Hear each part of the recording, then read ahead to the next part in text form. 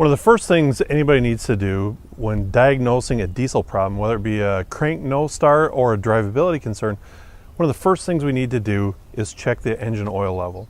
Now today I've got a 6-liter Powerstroke here, and I've also got a 5.9 high pressure common rail Cummins, and this 6-liter is a HEUI system. Just like the 6-liter or the 7.3 Powerstrokes, they use high pressure engine oil to actuate the injectors. So let's take a look at the engine oil level here on this truck. I pull the dipstick here. There's not a drop of oil on this dipstick at all. That's going to give us a good indication of why this truck might be a crank no start. This thing needs over 500 psi of high pressure oil to turn the injectors on. And so now if there's no oil in the dipstick, well, we're probably not getting enough oil pressure in order to actuate the injectors. So with this truck, we need to have oil. This might be as simple as adding oil, get the truck started up, and then look to see if we're burning it or if it's leaking. Now let's go over to this high pressure common rail system and take a look at the oil level in that truck. Now we've got a 5.9 Cummins high pressure common rail system. Duramaxes, some of the newer Powerstrokes all use high pressure common rail systems as well.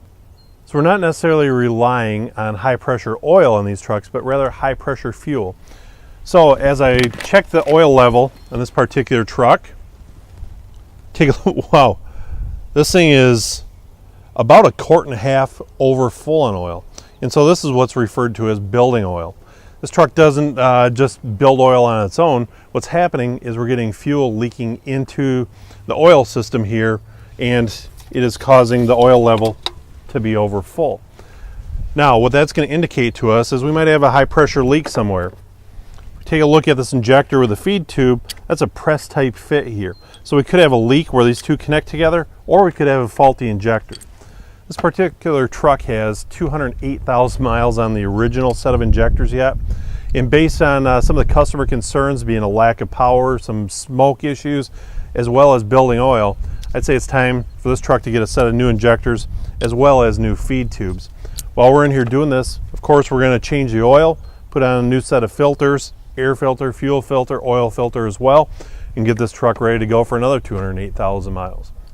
Hopefully now you see whether you're working on a HEUI system with high pressure oil or on a common rail with high pressure fuel, it's equally as important to start your diagnosis just by checking the oil level.